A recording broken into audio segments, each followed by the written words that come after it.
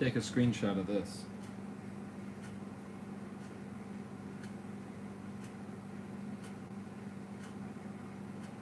Take a couple just in case it's moving.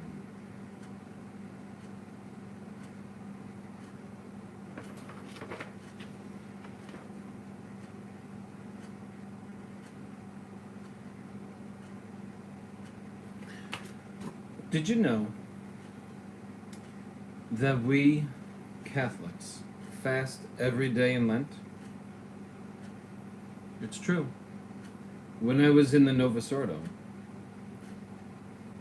they would fast Ash Wednesday and Good Friday. And on both days, it was a day of abstinence from meat. And they would still have Shrove Tuesday. You know what Shrove Tuesday was for?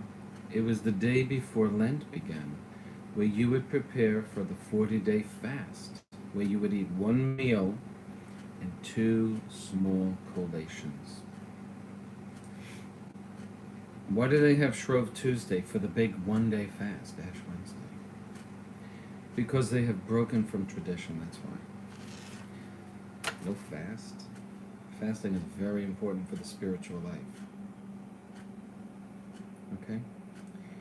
So just in case you were like, wow, you know, the Catholic faith produced the Catholic Mass. The Catholic Mass, the Latin Mass, does not produce the Catholic faith. It's a nice looking thing, but it doesn't mean that the Catholic faith is produced by that event. You know, after all, the Orthodox have a valid Mass, right? Does that produce the Catholic faith? No. The Catholic faith is handed down by tradition and scripture, and we abide by it. And we have the fast. And you know about the collations. By the way, let me tell you where the word collation comes from. The word collation comes from the Latin word collatio.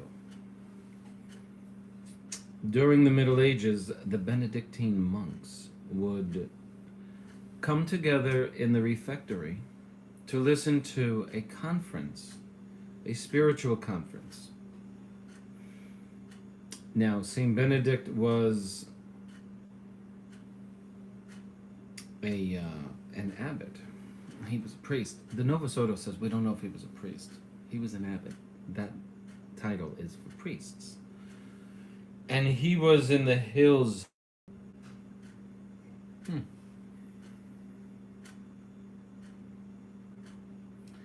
My connection is, I don't understand it. I'm going to have to call.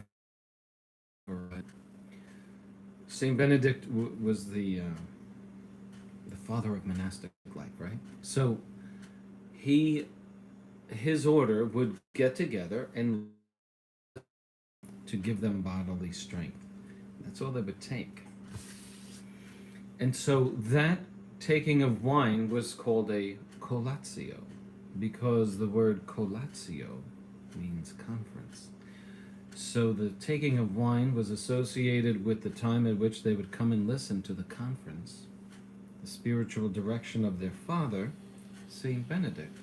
And so the word collation refers to the little food nourishment that you take during the 2 non-full meal times of the day. Snacks, right? But that's where the word collation comes from.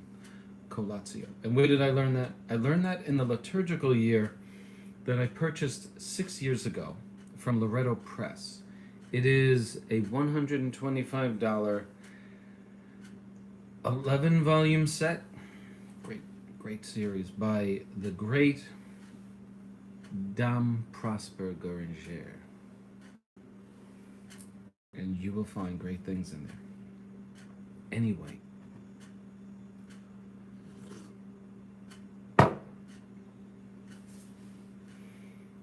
My life has changed. Completely changed. Honestly. And the problem is, I can't share this joy with too many people. That's the problem. It's a problem. You want to tell everybody,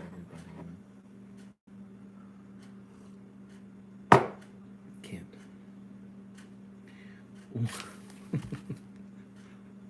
One thing that's happening to me, I am awake at 2, 3 in the morning talking to the Sacred Heart. I don't think he minds though, because you're supposed to be familiar with Jesus. It's the way he wants it. Anyway. Faith and confidence is something I realized, one thing the devil will try to chip away at daily and throughout the moments of the day. He's able, because he's a high spirit, to suggest things into your intellect. I don't know how they do it, but he has the power to do it. And boy, does he assault the faithful when they pray. Whatever he knows, either God allows it. I mean, the devil can't sneak anything from you. He discovers things, knowledge, by permission of God. Remember, God spoke to the devil concerning Job. And the devil goes to God. Is this true? Yes. The devil goes to God and asks permission to afflict the faithful. Where did I learn that? St. Louis de Montfort, Friends of the Cross. I don't say anything unless I have read it from a legitimate spiritual book. And even in that case, I'm not an authority. I'm just sharing with you what I read from Friends of the Cross. If you want to read something really good, Bishop Sanborn, in 2009, I suffered a devastating... It was the worst time in my life. It'll never happen again. The worst time in my life. I suffered tremendously. He said, I want you to get this book.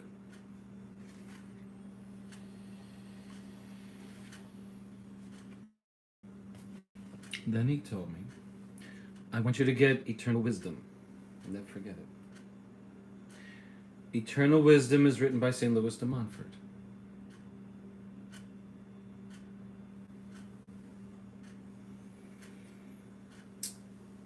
And then I picked up Friends of the Cross, which was suggested by somebody else. And he tells us in that book, Friends of the Cross, that the devil goes and says, can I afflict him? And God either says yes or no.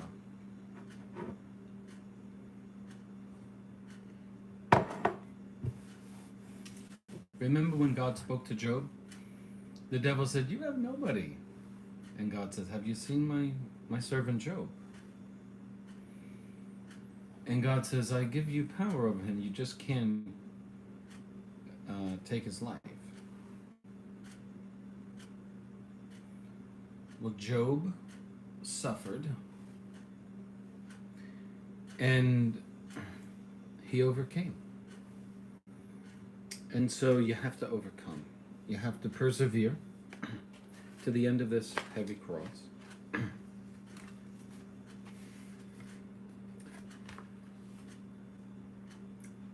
The acclaimed Saint Claude de la Colombière, we don't call him saint because the people who canonized him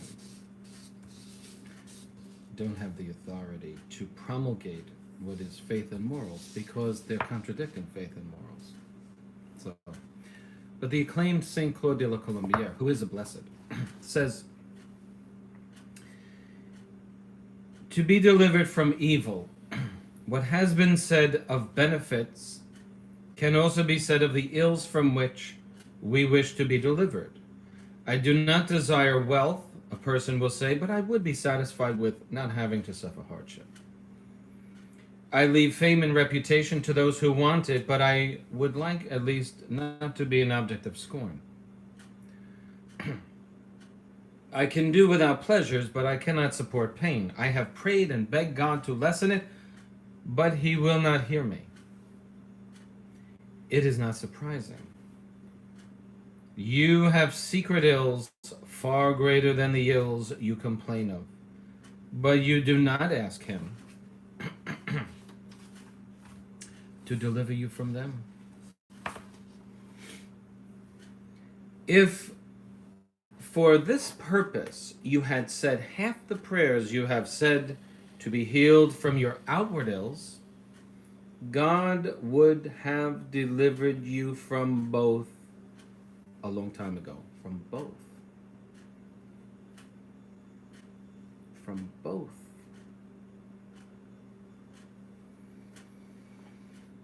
Who's writing this? The priest chosen by him to get the Sacred Heart devotion out there. God would have delivered you from both a long time ago. Does this sound like the advice you hear these days? Oh, yeah, you know, all we can pray for is spiritual goods. Nah, God doesn't do that. Don't listen to it. Don't listen to it. If for this purpose you had said half the prayers, half, to be healed from your outward ills, God would have delivered you from your outward ills and your inward ills a long time since. Do not despair. Don't be stupid. That would be very stupid to do that. You know what to do. Meditate on being delivered. You know, our sufferings are so great that we can't help but to think about them all the time. But what benefit would it be to the soul if we meditated on deliverance 5 minutes a day? On that period, you know, Ecclesiastes says there is a time to laugh, a time to cry, a time to live, and a time to die, right? They made a song out of it. I don't think it's a good song. I don't know it. I heard they made a song out of it. But there is a time for deliverance. But to be worthy of deliverance, we really have to ask God to identify and to help us know those things he doesn't like in us, so that we can work on them and ask him to fix us.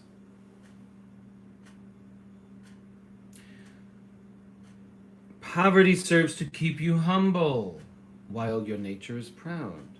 The scorn of the world is there to keep you free from your attachment to it. There's nothing in this world that I like. Honestly, nothing. I don't mean that literally. I love nature. But I'm not attached to it. I'm not. You know what I used to love? Big houses. Not huge, but just a nice big house, you know. To fill it with kids. I always wanted 10 children. I have no idea. My parents had 8 kids. Just envisioned myself having 10 kids. But a big house today, when I go in them, if I were to live there, it would be, I mean, you could actually imagine this in a poetic sense, like it would be echoes, echoes, echoes, be empty. It means nothing anymore, unless you can use it for a good purpose, you know? So therefore, God has truly, truly purified what I love. I can't tell you enough. I was just talking to Bishop Sanborn about it recently. And if you were to discuss the detachment that you have from the world, you have to be careful, because people might consider you off. And so they don't understand spiritual things. They don't understand detachment. After all, death defines detachment. You're done. And the world, oh, they're so attached to this world that when their family is dying, rather than call a priest, Ma, don't worry. Can you hear me, Ma? If you're still there, holding on to the mother's hand, she's in a coma, right? You've seen it. Ma, we love you. She's dead 2 days later. No priest, no nothing. I almost gave you a personal story. Let's just say this. Somebody in my family, I got the priest from my father, 60 years away from the confessional. I prayed and cried in front of the infant of Prague for a couple of years. I won't get into it. Guess what? At the end, by a miracle of grace, my father asked me for a priest. Anyway, the priest comes, and somebody in my family says, look at this blanking guy. He looks like death. The priest came in his black garment. He was Mexican, dark skinned, and he's a thin priest, so he's not very attractive to the world, you know? He's just there to save souls. And someone in my family says, look at this blanking. He looks like death. The priest heard it. Didn't bother him. But that's what we're up against. This is what we are up against. Okay? The scorn of the world is there to keep you free from your attachment to it. Say, Lord, detach me from the world, please. Please. Well, the acclaimed Saint Claude de la Colombière is saying, if you had said half the prayers for that purpose, God would have delivered you from... Do you see the proportion here? You see the purpose of these sufferings? It would be hating you, not loving you, to take away your cross before giving you the virtues you lack. I don't lack virtue. I don't rob people. I say my morning prayers, night prayers. I go to church. How about before you say you don't lack virtue, you ask God, do I lack virtue?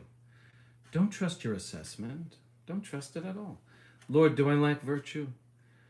I'm a proud, ignorant, selfish person. I beg you to show me where I fail you. Show me how to please you. In how can I better serve you in my neighbor? In how can I better serve you in the church? And how can I better serve you in prayer? You listen to music on the radio? You think there's nothing wrong with that? Listen to the words you listen to. Do you mortify yourself at all? Ever? Do you ever sacrifice anything? Never? Read the lives of the saints. There's a lot to do.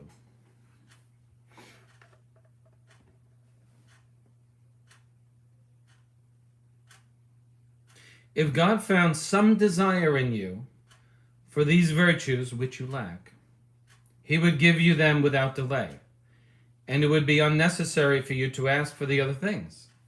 Did you hear that? You're halfway there. If you're doing this, you are halfway there.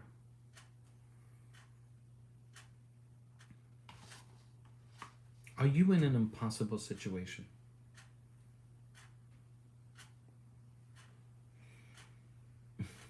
God, nothing is impossible. He looks down at our problems. Bishop Sam once said, everything is small. Every human issue is small to God. He looks down. God could literally lift the Matterhorn like this. Yeah, I still got my hematoma. I hate the way it looks.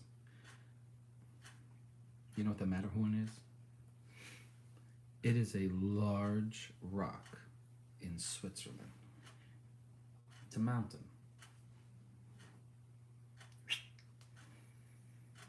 Now, we believe that, but it's also actually hard to. Yeah, that's a heavy rock. Yeah. But it's actually being held up by God, you know? It's actually being held up so that it doesn't fall into nothingness by Almighty God. He can do anything, including moving the mountain out of your life. The mountain that's causing you to become virtuous. I can tell you right now. I can tell you right now. And I talk more freely about it because I've changed in my life in the last month.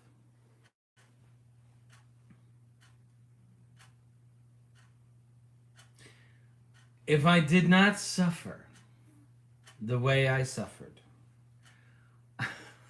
I can tell you right now, there is no way. There's no way I would be the person I am today. All right. I just don't want to get into it. It's kind of funny, but it's not funny. What I'm saying is that sufferings make you better, even though they may take years. Sometimes we're so stupid, but yet we need it. And honestly, in the last month, I've realized I'm glad it happened. I'm glad it happened. I'm glad. I told my brother recently, I'm glad I had to suffer like that. I'm glad. It made me appreciate the opposite, you know? I'm going to tell you something right now. There are most people walking around today who do not appreciate what they have. Gratitude is justice. It's a function of justice. There are people walking around who do not appreciate their husbands. Couldn't care less. He works hard. He's a good man. Show me the money. What did you do for me lately? But if they had a low life they had to live with, they'd appreciate that husband. Vice versa. Men who abuse their wives and the wives who just take this, they don't appreciate the wives. They don't appreciate them. They can't. They have no reference without Christ in their lives. Really, it's an exercise of stroking oneself. Yes, this is what I need. I need this, and you're here to supply it. You know, whatever. There's no appreciation. And if you read the epistle about the last days, you'll see this selfishness. You know, children who, I wish I could find it. Let me see. Let me describe for you the last days. You know, like, I don't think I'll be able to find it. I tried to find it once and I didn't put in the right keywords. Disobedient to parents. Disobedient.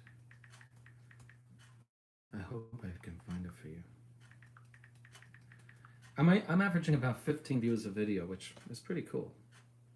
Let me check it out.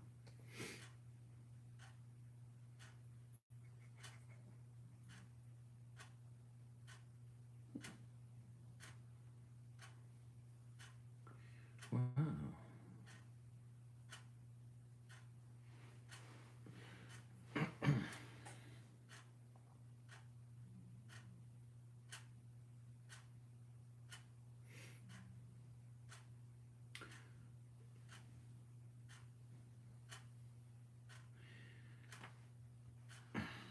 When people fall into homosexuality, it's in Romans 1:25. Listen to what they talk about when God removes his grace from you. Watch this. This is for people who they did not like to have God in their knowledge. God delivered them up to a reprobate sense to do those things which are not convenient, being filled with all iniquity, malice, fornication, avarice, wickedness, full of envy, murder, contention, deceit, malignity, whisperers, detractors, hateful to God, contumelious, proud, haughty, inventors of evil things, disobedient to parents,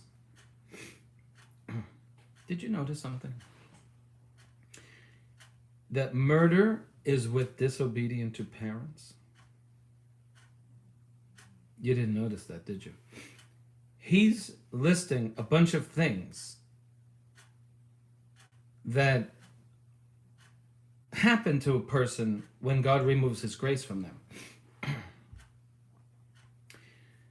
They are filled with all iniquity, malice, fornication, avarice, wickedness, full of envy, murder, contention, deceit, malignity, whisperers, detractors, hateful to God, contumelious, proud, haughty, inventors of evil things, disobedient to parents, foolish, dissolute, without affection, without affection, without affection.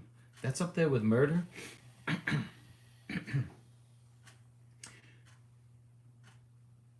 Yeah, it's among the things that happen to people when God removes his grace, without affection. Think about that. No affection. It's the, so selfish to lack affection for another person. When you hold the door for someone, you're showing affection for them. I don't want this person to get the door slammed in their face, and I don't want them to think that I disregarded them. It's affection for their feelings. Foolish, dissolute, without affection, without fidelity, without mercy. Okay, that wasn't the one I'm looking for, but by the way, yesterday, my only worker, I took him out to dinner with his lovely fiancée. She's 25, he's 35. I said, listen, now I'm not showing off here. I want to show you what I've learned in my life. I said, listen, when she gets here, see, I drove him to the, we just had a late dinner because we worked till about, I guess, 8.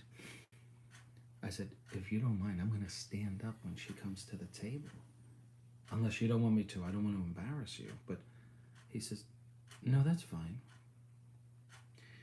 So now he was a former seminarian in a traditional Catholic seminary. Very good man, very pure, very good guy. I said, look, I was trained by an old Catholic gentleman from Connecticut where I first started going to the real Mass. I said, he told me we got to stand for women. Stand up. I said, I'm not about to let that tradition go by the wayside. You see, I believe that we need to build women up in our society. I really do. I learned so much. We abuse women. We abuse women. Look at the billboards. Look at the billboards. Women are abused. Their bodies are abused. They are. They are reduced to the most abject of desires, and that is, you are worth something as long as you're not fat and ugly. That's when you're worth something to us. And that truth is manifested in the billboards. Women are portrayed as objects of desire. And they sell things, jewelry, clothing, based on their physical appearance, because somebody who's not that physically attractive cannot sell. Somebody who's fat cannot sell, and they're useless. But if they're worth something, they go from being worth something to equating it with an object of desire. Nothing in between. You're worth something. You're beautiful looking. Therefore, you can help us. Go into an Applebee's or a Chili's or whatever. You'll see, and I know somebody who used to run these Friday restaurants, you'll see that the girls who introduce you to your sit down is usually a pretty girl. Now, that might just be coincidence, but I was told they're chosen for that purpose. They're nice to look at.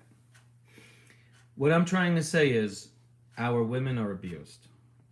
And the ironic thing is, They think they've achieved something in society, and they haven't. All they have achieved is the right to be abused with their own permission. That's what they've achieved. They are abused. I know this for a fact. And they're convinced because women are weaker. They are weaker intellectually. They are weaker emotionally. St. Teresa of Avila says, oh, these nuns, they have to be like men. She says, you gotta be like men. St. Paul says they are the weaker vessel. Okay? And so our women are abused. So I stood up for this young lady. And she sat down, and then I sat down. Now, if he said, no, I don't want you to do that, I never do, you'll embarrass me, I wouldn't have done it. But I was told by Vincent Ferro, who's about 71, 72 now.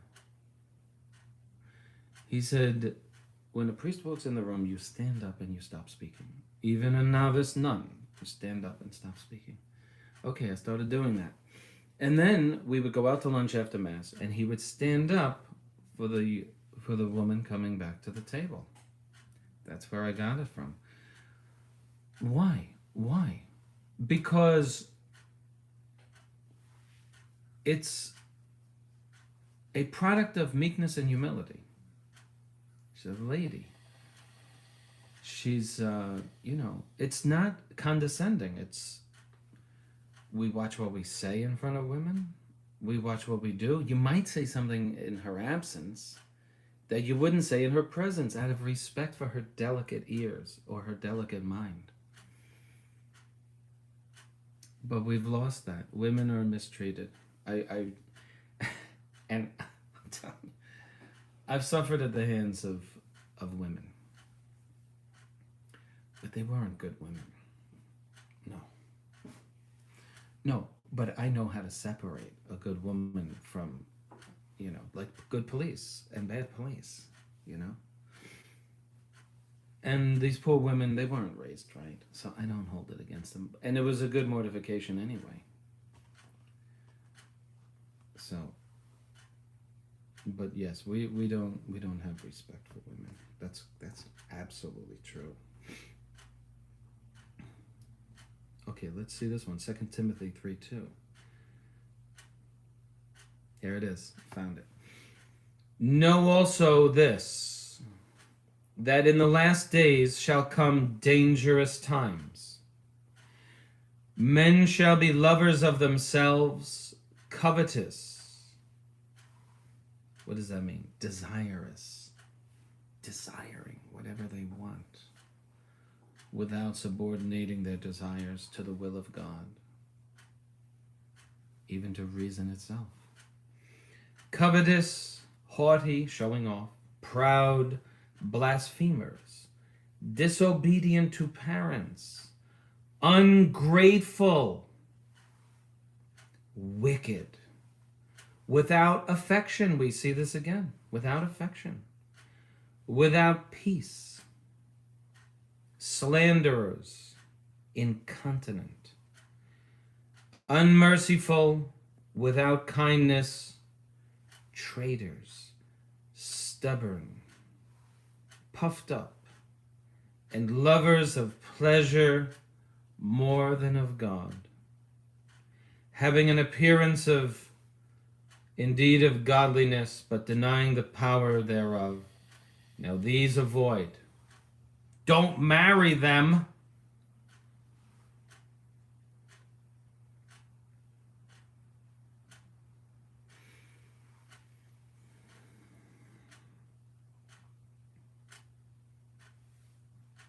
Isn't that amazing?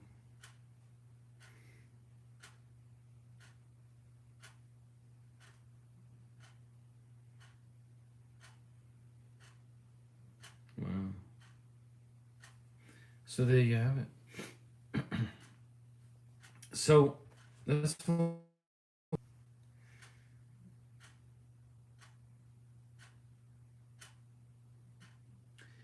I lost connectivity. So now we know what we have to ask for. I am stopping to think that God wants me so miserable. Oh, I gotta suffer forever. He's explaining. The Sacred Heart devotion is it. That's the bomb devotion. I hate to use that term, but it is it. We don't ask enough. Now we know what we have to do to, Lord, show me my lack of virtue. Let me correct that. Give me the grace to do so. We don't ask enough. It is clear that we do not receive anything because we do not ask enough. God could not give us little. He could not restrict his liberality to small things without doing us grave harm. Listen, all of you, come to Brooksville. We have a beautiful chapel here. It's so beautiful. My heart is free. It's free from the encumbrance of attachments. For the first time in my life, free. And so, I'm not letting anybody dictate to me where I'm going to worship God, or how much I can pray, or anything else. I paid a heavy price for it, but it was worth it. And you know what? As I look back, God did me a favor. My goodness, I can't. It's so true. He did me a favor because he took from me the things that I loved. It was the most gut-wrenching pain I have ever experienced. Honestly, without his help, I think I would have died of sorrow. I remember being in front of the Sacred Heart. It was a big, beautiful white statue at 2187 Victory Boulevard, Staten Island, New York. 2009. Tears. Violent tears. Begging him. And he said no. I look back now and I say, I see why. The situation wasn't good. It wasn't good. I see it. And I lacked so much virtue. And I've come to the point where I want what God wants, which is, I couldn't see it then, but I didn't want what he wanted. I wanted him to want what I want. It says in the scripture, by the way, delight in the Lord and he will give thee the requests of thy heart. Delight in what? Delight in his will, in his ways. And he will put you in a position in your life to ask for those things that he desires to give you. It's really that simple. He's in control of everything that happens. And then he gives you things according to his will. And he inspires you to ask for them. Anyway. We do not ask enough. God could not give us little. He could not restrict his liberality to small things without doing us grave harm. Do not misunderstand me. I am not saying that we offend God if we ask for temporal benefits or to be freed from misfortune. Obviously, prayers of this kind can rightly be addressed to him by making the condition that they are not contrary to his glory or our eternal salvation. Watch this. But as it is hardly likely that it would redound to his glory for him to answer them, or to our advantage to have them answered if our wishes end there, he's saying it's not hard to conceive that it would be to his glory if he answered you, or that it would be to your benefit if he answered you. It must be repeated that as long as we are content with little, we run the risk of getting nothing. Let me show you a good way to ask for happiness even in this world. It is a way that will oblige God. He is the priest whom this Sacred Heart chose to speak to the world for this devotion. So I place special emphasis on the author of these words. This will oblige God to listen to you. Oblige God? Yeah. Say to him earnestly. Let's make qualifiers because you know me by now. We got to pay attention to qualifiers. Earnestly. If you don't say it earnestly, you're not doing what he's saying. Lord, give me so much money that my heart will be satisfied. Nobody here wants money, right? I mean, but you could say it. I mean, he's picking the most base thing, money. Ugh. I mean, we need money, obviously, but imagine being so hooked on money. I mean, money has its purpose, obviously. Say to him earnestly, either give me so much money that my heart will be satisfied, or inspire me with such contempt for it that I no longer want it. I don't want to change his words or put them in other words. Isn't that the same thing as saying, grant me this thing or take my desire away for it, right? I mean, it's the same thing. Either free me from poverty, now he gives an example, free me from poverty, or make it so pleasant to me that I would not exchange poverty for all the wealth in the world. What is it that you're asking for? Either take away my suffering, or, which would be to your greater glory, change it into delight for me, and instead of causing me affliction, let it become a source of joy. You can take away the burden of my cross, or you can leave it with me without my feeling its weight. You can extinguish the fire that burns me, or you can let it burn in such a way that it refreshes me, as it did to the 3 youths in the fiery furnace. Now watch this. I ask you for either one thing or the other. What does it matter in what way, Lord? I am happy. If I am happy through the possession of worldly goods, it is you I have to thank.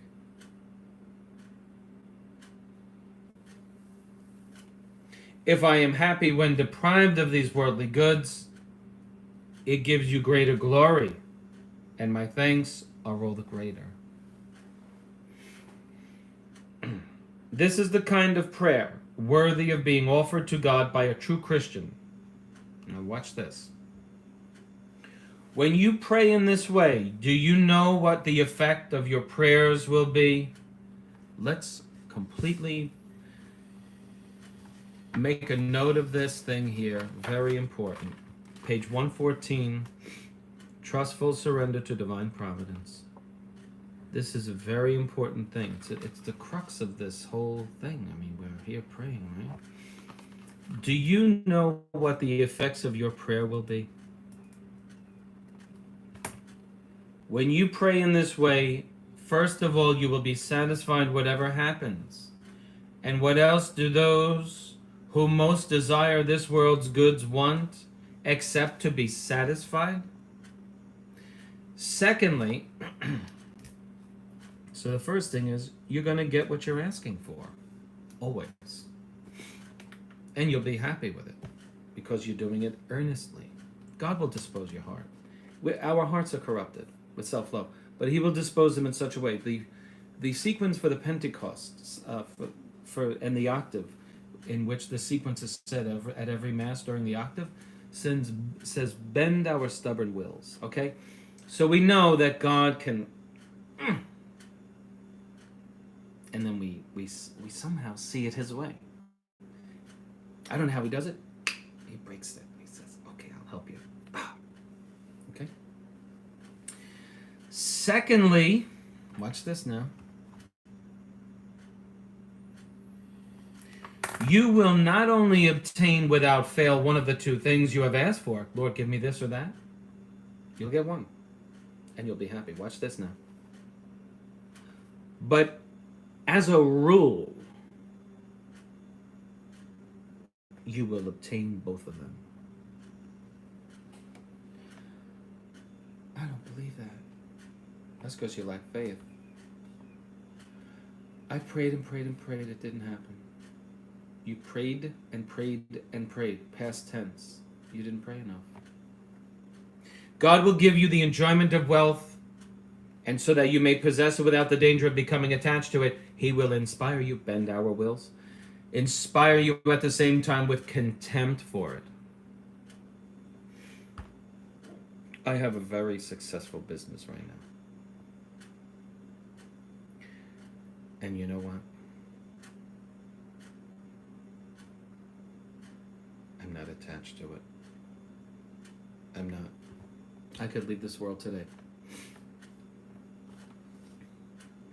There's enjoyment in it. There's also a lot of problems that come with it. But I'm not attached to it. can't do anything with it anyway. You will obtain both of them. God will give you the enjoyment of the wealth so that you may possess it without danger, become attached to it. He will inspire you. He will inspire you, your will, at the same time, because he's God. He can help you want what he wants for you, right? He will inspire you at the same time with contempt for it. He will put an end to your sufferings.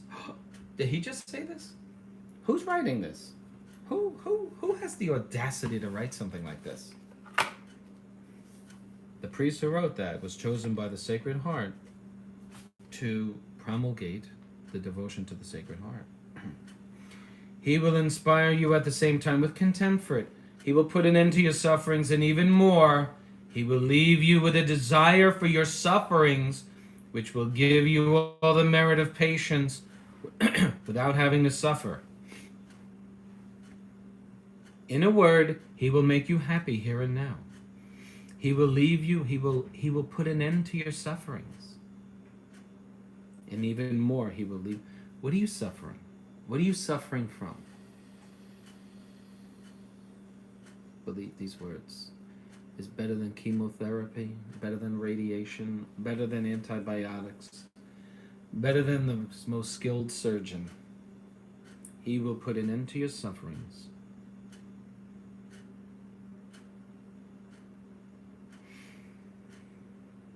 And even more, he will leave you with a desire for your sufferings, which will give you all the merit of patience without having to suffer. In a word, he will make you happy here and now. And lest your happiness should do you harm, he will let you know and he will let you feel the emptiness of it. That's where I'm at right now. Can one ask for anything better? But if such a great blessing is well worth being asked for, remember that still more, it is worth being asked for with insistence. Hey Siri, define insistence. Insistence means the fact or quality of insisting that something is the case or should be done. Lord, I need this. I'm begging you for this.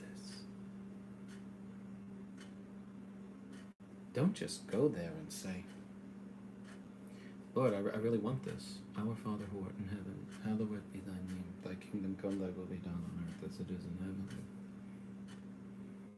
You're wasting your time. Get on your knees and beg.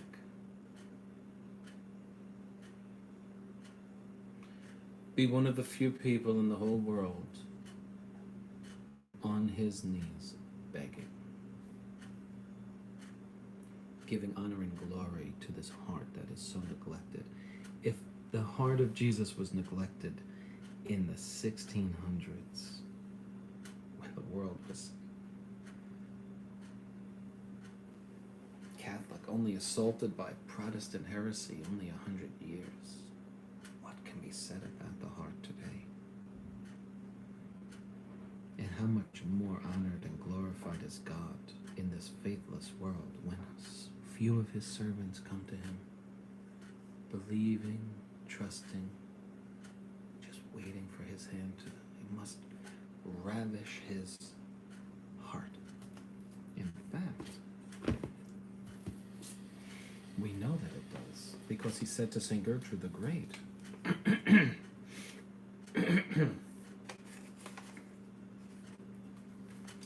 when anyone has complete confidence in me and believes that I have the power, the wisdom, and the desire to aid him on all occasions, this ravishes my heart and does me such violence that I cannot help favoring such a soul. I can't help it. God can't do something? Can't help it. Can't help himself. That I cannot help favoring such a soul on account, why? Not because of you or me.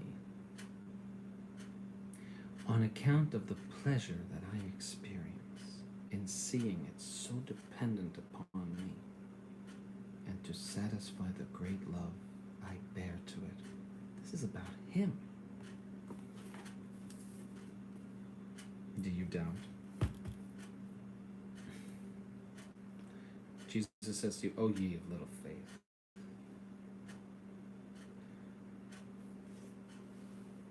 Don't doubt. Don't insult God. Stop.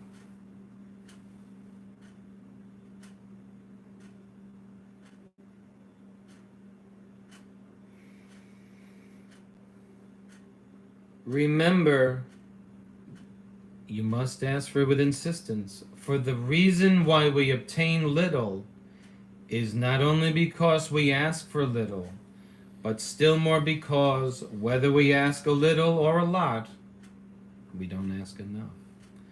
So there's the other equation. There's the other part of it. You have something plus something equals. If you ask for something in the right way, Lord, this is what I want.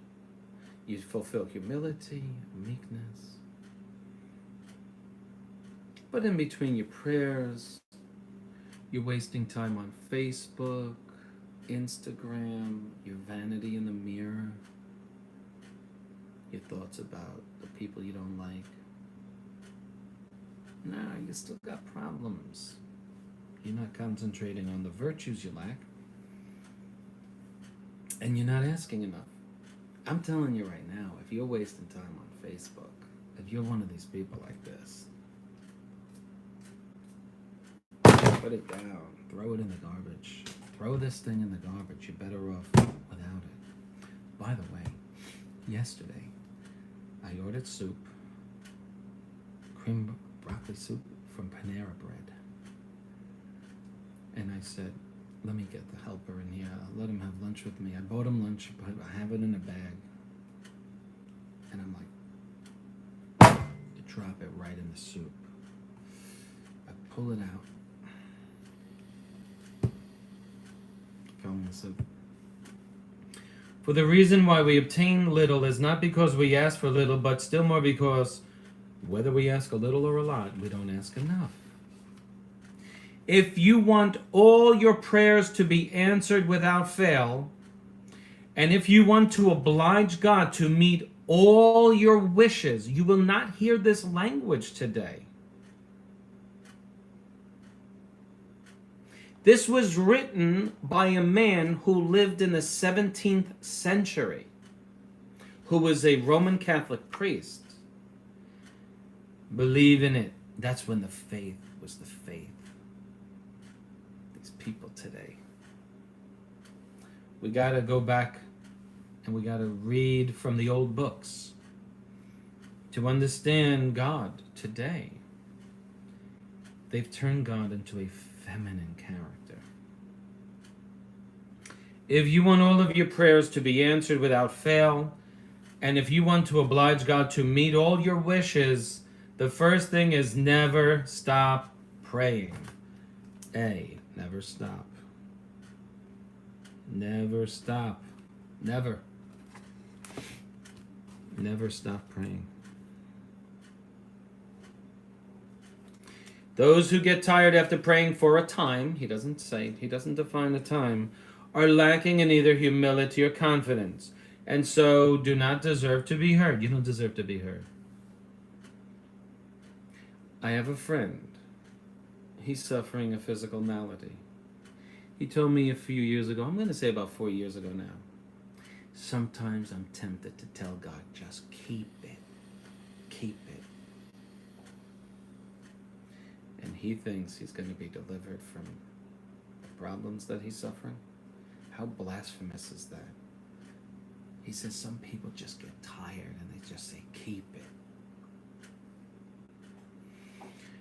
Those who get tired after praying for a time are lacking humility and confidence and don't deserve to be heard. You would think that they expected their request to be obeyed, once as if they were orders. Such surely we know that God resists the proud and shows his favors to the humble. Won't our pride allow us to ask more than once for the same thing? It shows very little trust in God's goodness to give up so soon and take a delay for an absolute refusal. Second paragraph. Once we have really understood just how far God's goodness extends, we can never believe that we have been refused. Listen to this. Once we have really understood just how far God's goodness extends, I'm starting to realize that myself. This heart is on fire. I mean, I'm studying the Sacred Heart. It's on fire for us. For us. It's a joke. Do we deserve the heart of God pierced with a lance to be on fire for love of us? It's not a joke. It's actually necessary for us. But it's almost inconceivable. So once we have really understood just how far God's goodness extends, we can never believe that we have been refused. Do you hear that? We can never believe that we have been refused. Or we can never believe that he wishes to deprive us of hope. See, he's saying, you can never believe that you have been refused. Or that I am begging God for something. And I'm saying to myself, I'm like, he cannot be ignoring these prayers. I just said to him this morning, where does this good desire come from? If not from you, I'm not that good. Why would I want this? What makes me so good as to want something like this? Why do I want this?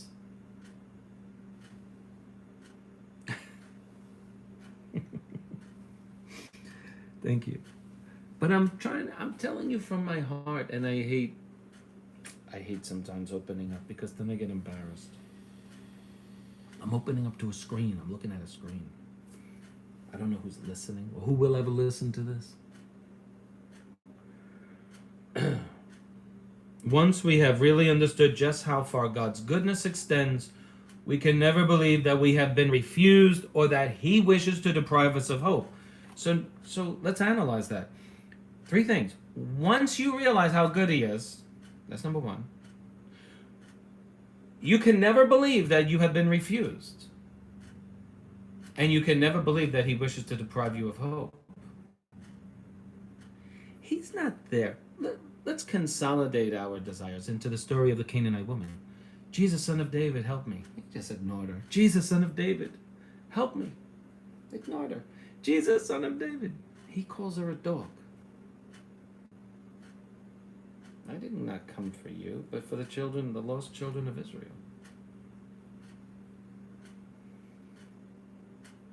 She said, I know I'm a dog, but can I have a crumb?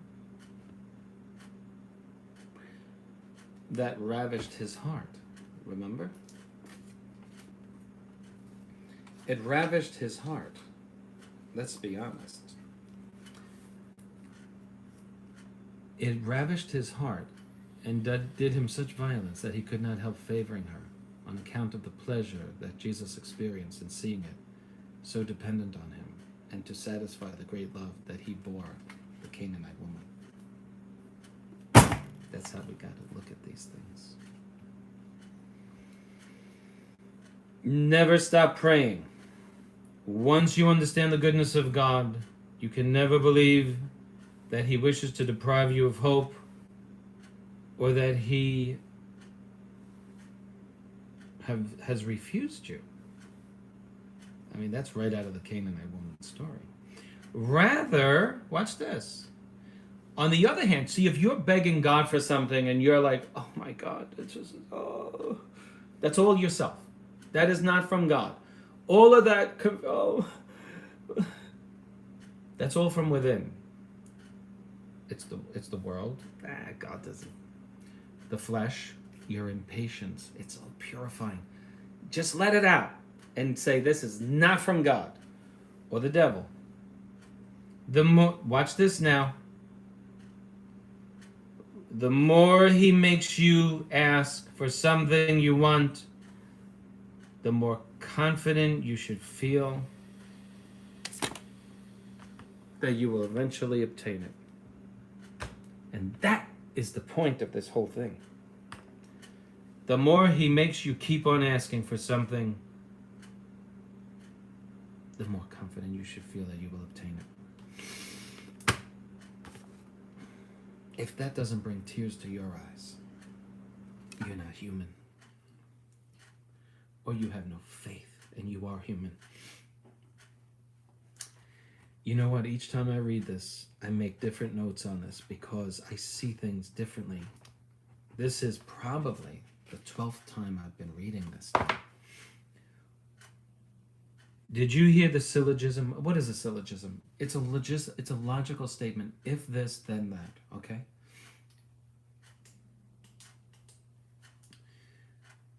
The more he asks us, rather, the more he makes us keep on asking for something we want, the more confident we should feel that we shall eventually obtain it.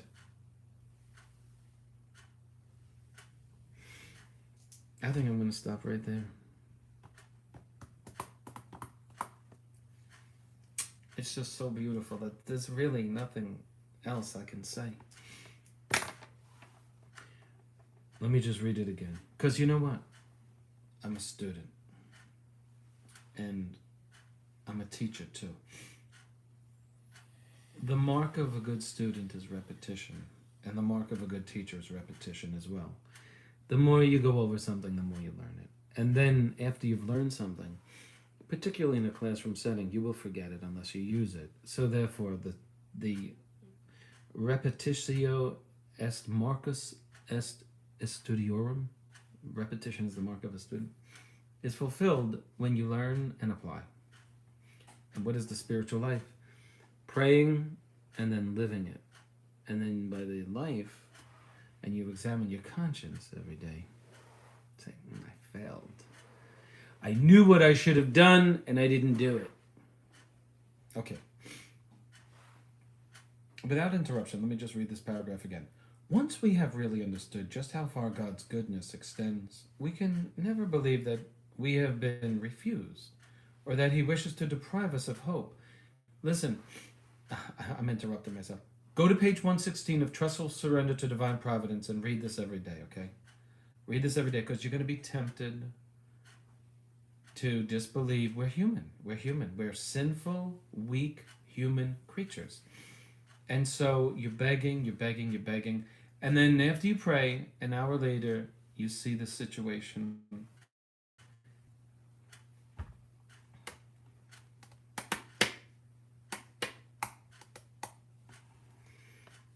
Here's what changed. Here's when you watch this.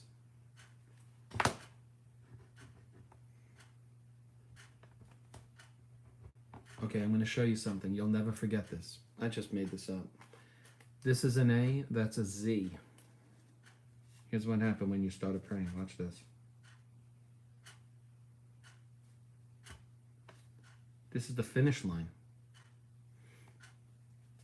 You pray more, you suffer more, you cry more. Watch this. Nothing's changing, right?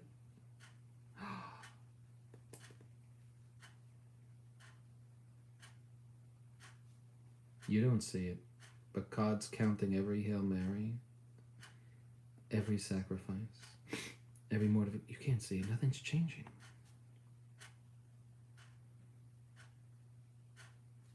Nothing's changing. You're praying for months now. Days. It feels like eternity. You're tempted to give up. Here. You keep praying. You never saw this happening because that's what faith and confidence is all about. In your mind, you believe that this is happening. Although you can't see it. You can't see God. You can see the manifestations of his goodness and glory, right? And you don't see the progress in heaven of your prayers. But our Lord showed St. Gertrude the Great. He was counting pennies. Google the story. He's counting pennies. She said, "What are you doing?" He said, "I'm counting your Hail Marys." Did I make my point clear? You don't see the progress of your prayers. Don't measure them by your emotions. Disregard your emotions. They don't mean anything. Once you've understood the goodness of God and understand him, You can never believe that you have been refused or that he wishes to deprive you of hope. Rather, the more he makes us keep on asking for something we want, the more confident you should feel that you shall receive it. How many clergy members would you hear that from today? Don't go to them. Do not go to these people. This is a Roman Catholic priest. So is he. Read these books. You want to boost in your faith? Get on your knees and pray as much as you can. That might be for only 18 minutes for the day, but you did as much as you could. If you can pray for 3 hours, try to pray for 3 hours. And if you can't, you know what? If you can't pray on your knees, walk with your beads in your hand. Do whatever you can. Even if you got bad prayer habits, you could have bad prayer habits. Lord, I wish I could be on my knees. I'm antsy. I can't, but I'm going to speak. I'm going to pray to you. Do it. Bishop Dolan in Westchester, Ohio said, don't give up the good don't give up what you can do because you can't do it the way you want to do it. Please. Now we're making progress here. So, rather the more our Lord wants you, the more he makes you keep on asking for something you want, the more confident you should feel that you will eventually obtain it. We can begin to doubt that our prayer has been heard. What does he mean? You can start to think that your prayer isn't heard when and only when you notice you've stopped praying. If after a year you find that your prayer is as fervent as it was in the beginning, then we need not doubt.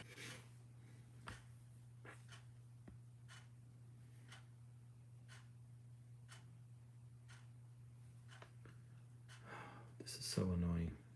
Okay. I'm almost done here.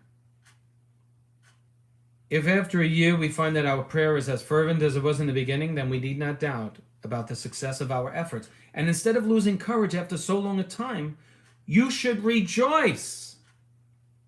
Wipe away your tears for a moment and think. That's why I have the bucket. I look in the bucket. It keeps getting loaded with these papers. It's a lot of rosaries. It's a lot of time in front of the Blessed Sacrament. It's worth it. Okay? It's worth it. We should rejoice because we can be certain that our desires will be all the more fully satisfied for the length of time we have prayed. Your time is necessary to pray. It is necessary for this long period to pray. It is necessary. Get rid of the thought suggested by the world, the flesh, and the devil that it's got to be done. We should rejoice because we can be certain that our desires will be all the more fully satisfied. Your desires? Yes, your desires more fully satisfied for the length of time we have prayed. If our first attempts have been quite useless, we would not have repeated them so often, and we would have lost hope. But as we have kept on in spite of this, there is good reason to believe we shall be liberally rewarded. Good reason to believe.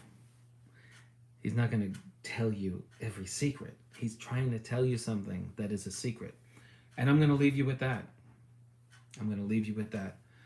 And I'm going to amend the title of this. Perhaps I will, I don't know. But this was called Sacred Heart Part 31, I think. But it is the Sacred Heart. I'm going to leave it. I'll just leave it. These are all part and parcel to the Sacred Heart. Okay? I'm going up to the chapel. I took today off because I could. That's the beauty of having your own business. I'm going to go up and I'm going to spend an hour in front of the Blessed Sacrament. I wish I could sit there for hours like, what was his name? Fabio. St. Dominic Fabio, I think. He had a hot temper. He was one of St. John Bosco's students.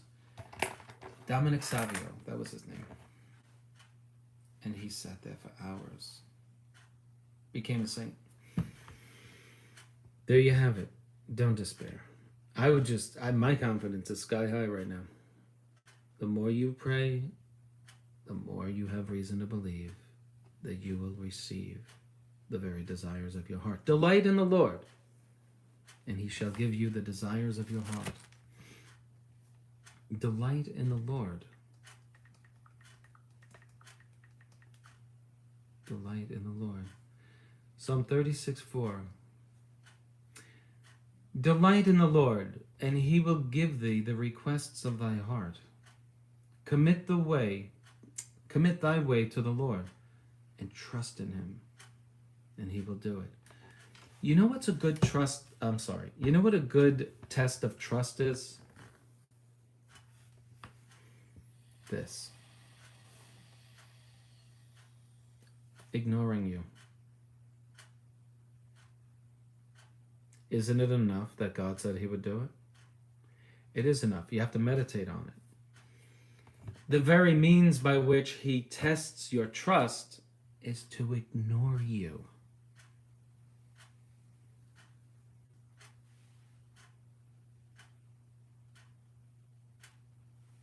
Or seemingly ignore you. And we have the story of the Canaanite woman. Why did the evangelist write that the Canaanite woman asked 3 times? Do you think that was a mistake? I mean, she asked once, twice. Why was the story recorded like that? As opposed to the other people who asked Jesus. Sometimes Jesus goes to them, what do you want me to do? I want to be healed. Okay, be healed. This woman asked 3 times. Why was it recorded like that? To show you one of the aspects of prayer, and that is trust. She trusted that if she kept asking this magnanimous heart, he would answer her. She trusted him. She didn't keep asking so she could be humiliated in front of the crowd of people that heard her. I mean, she said, Jesus, son of David, have mercy on me. He kept walking. Instead of looking around saying, you idiot, he ignored you. She said it again. She was saying, I'm going to call on you and everyone's going to see you ignoring me. He ignored her again. Instead of saying, he doesn't care, let me shut my mouth. I'm still calling on you. Think about that. That's what